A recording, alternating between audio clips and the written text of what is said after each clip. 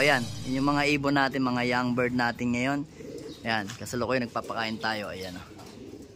Yan yung mga young bird natin. Then dito naman, halos nakakondisyon na yung ibon natin.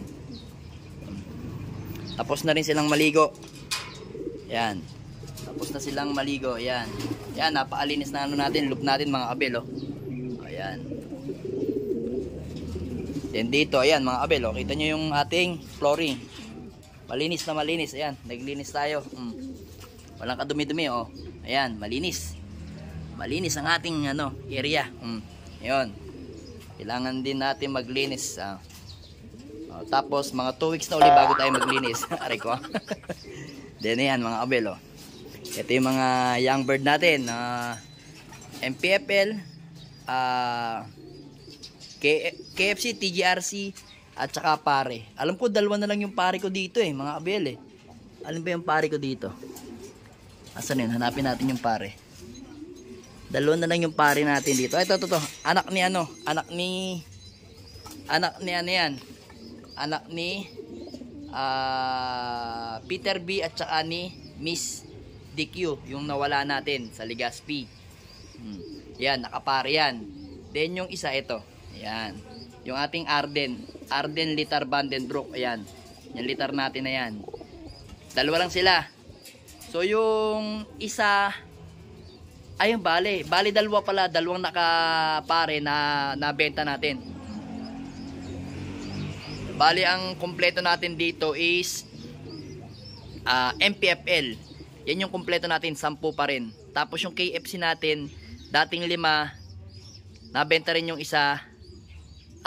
Dalawang nabenta nung bata pa. So ngayon 3 na lang natitira nating TGRC KFC. Asan ba yung mga nakalaban natin sa TGRC KFC? Ayan. Ito, pakita ko lang sa inyo, no. Ayan yung isa. Yan yung kapatid ni ni Peter B na Palawi. Ayan, no. Yung double ban na yun. Ayun, yung nasa likod. Tinakpan nito. Oy, umalis ka dyan. Then, ito yung isa. Ayan. Yung kapatid ni Miss DQ sa tatay. Ayan, yung white plate na yan. Ang ganda. Then, yung isa, ito. Ayan, yung matuli natin. So, possible nga, mamaya, meron tayong pooling. Try natin to isampa. So, saan pa kami? Muñoz ata kami ngayon. Muñoz Nueva Ecija ata kami. So, yun. Try natin to i-pooling kasi mabilis talaga to mga abel Then, eto, sumusunod sa kanya. Mga abel, ayan. Ayan, sumusunod sa kanya. Ayan. Yung magandang ibon na yan na si Jansen Press. Ayan. Ayan yung Jansen Press natin. Tapos, ayun, yung nasa likod. Ayun yung natin. Si Peter B. Ayan, yun. Masyadong, ayan, ayan. Masyadong maarte, ayan, yung ibon na yan. Consistent lang. Ayan, kita nyo, namamara ako. So, yun, mga abel, kasalukuyan, nagpapakain tayo sa mga young bird natin. Ang gaganda, Ayan na. Ayan yung kulay ng ating mga brown. Hintayin lang natin talagang totally magkakulay sila. So, ngayon, isa pa lang yung nakikita natin. To. Isan to. So, saan na lang natin yan pag may kulay na. Ayan yung mga magulang nila. Then dito, ayan, nagkulay na. Nagkulay na yung ibon natin dito na anak ni Peter B at ni Victor. Victor, ayan. Ni Lady Victor yan, si Lady Victor. Ayan, Isang blue bar at saka isang checkered. Mana sa kanya yung pagka-checkered yung isa, Ayan, Ang ganda niyan. Pero may anak na to sa atin. To. Ang asawa nito is ito dati. Yan. Ang anak niyan is ayun, si white plate na si blue white plate na Victor. Ayan. Ganda niya, no? Ayan. Umuronda na sa atin yan. Then ayun yung isa. Naghati sila ng kulay. Ayan, Ayan yung kapatid, brown. Ang ganda, Red pepper. Alright. Sandali. Tinatawag lang ako ng aking kabiyak. So yun nga mga abel, pasensya na tinawag ako ng asawa ko kasi maraming customer. So yun. Ganito mga abel, meron akong papakita sa inyo. Magkapatid. So ngayon pa lang nangyari sa akin to. So hindi ko ini-expect. Kasi ang lahi ni Victor Lim, mga Vandenbroek stitch. So itong litar, ang hindi ko ini-expect na maglalabas ng ganitong ibon o mga young bird. Ito mga abel, papakita ko sa inyo. Huwag na natin patagalin. Magkapatid yan, black check oh. Ang ganda. Ganda yan. Ganda mga abel oh. Kitang-kita nyo, ang ganda. Ano yung napapansin nyo sa kanya? Ayan oh, white light oh. White light. Oh.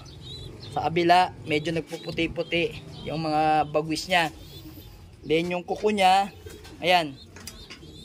Ang kuko niya sa dulo, ayan, may mga puti-puti. Ito lang ang itim. Ito. Yung bali yung mga kuko niya dito. Tika lang, sandali lang ha. Papakita natin. Uy, suplado mo. Ayan o. May mga puti. Ayan o. Putian yung paa niya, yung kuko niya. Then dito, ganun din. Putian din. Ayan o.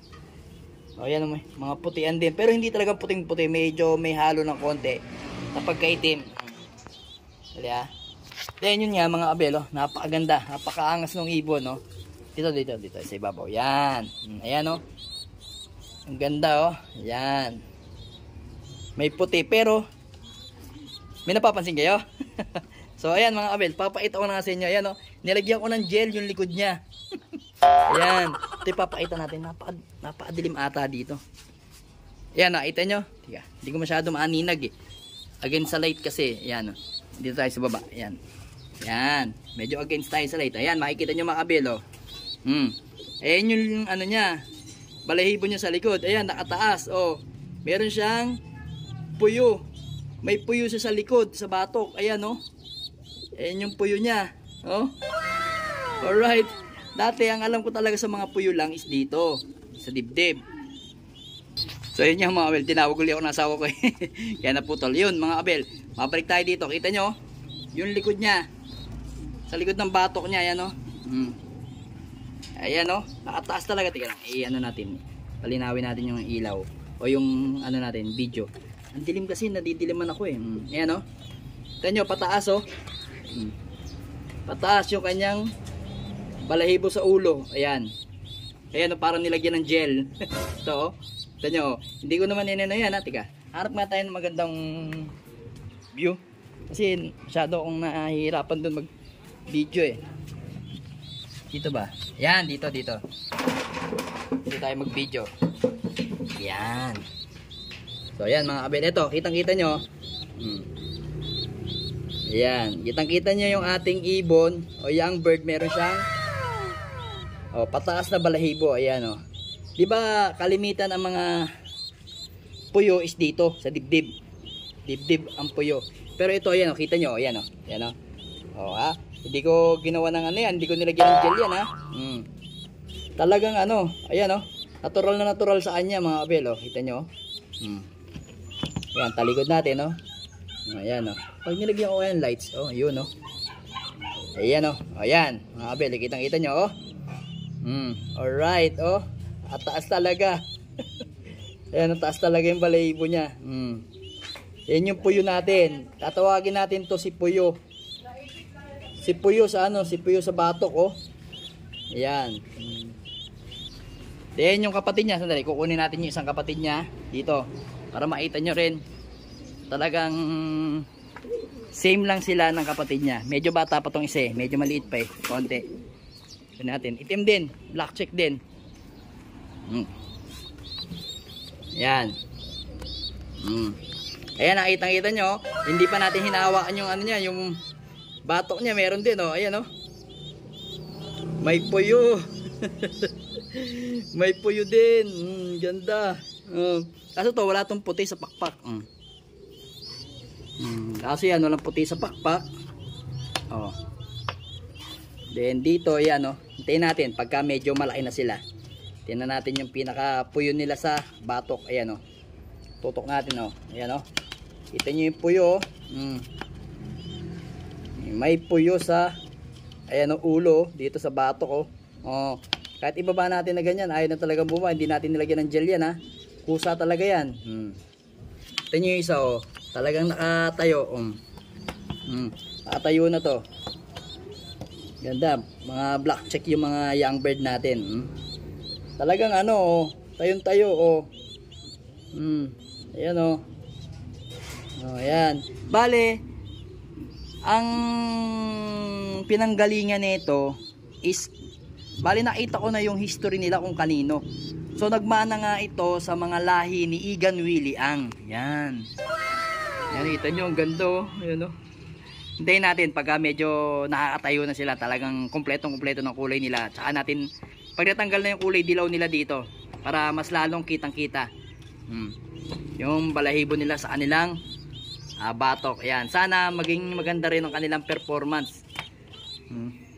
Kalimitan nga yung iba mga kabel, ini-stack na yung ganito, yung may mga puyo dito, kaya may puyo sa dibdib, ini-stack na nila kasi bihirang-bihira lang daw makapagpalabas ng ganon. Tapos possible daw throwback yung mga ganong lahi.